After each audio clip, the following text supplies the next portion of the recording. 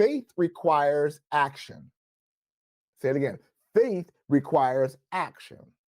Faith is in the now, not necessarily what's in the known. And what I mean by that is you don't know how you're going to get to where you're going to get to. When you see the vision, it's so much bigger in life that it looks bigger than where you are. It looks totally different than where you are. When I started speaking, I had a vision of me being a global speaker, but I was in a one-bedroom apartment in the city. One-bedroom apartment in the city, never knowing that as I continue to put my faith out there and work the speaking industry that I'm in now and getting my name out there, that in 6 years later, I will be speaking to nations.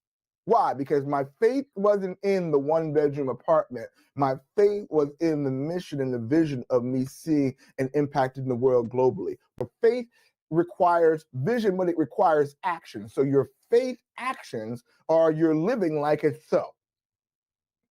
Even though your life might not match up with what you're living to, you know that eventually it's going to catch up, right? Faith requires endurance and patience. I call it the patient strength. Because again, when I was in the one-bedroom apartment, my future did not look like my present. My pockets and my personal economy did not match my future economy. But I had a vision of where I was going to, and I believed that that vision was for me. But I had to be patient and do the discipline of learning the industry, do the discipline of speaking for free until I got paid to speak. I had to go through the process that my mentors were showing me through their examples, and I realized that it didn't happen overnight. It came from a process of me putting in the time and the effort to build muscles in business, to build the entrepreneurship muscles that are holding me up today. I had to be patient, and I had to be willing to endure. I had to be willing to work with little so I could be trusted with much. So faith requires what? Endurance and patience.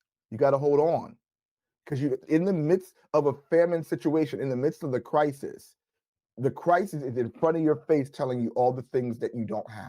But I stayed faithful to what the vision was, that as I continued on in my journey, what happened was the money started to hit my hand that I can get into the different mentor programs that I had that made me stronger today, right? I didn't give up.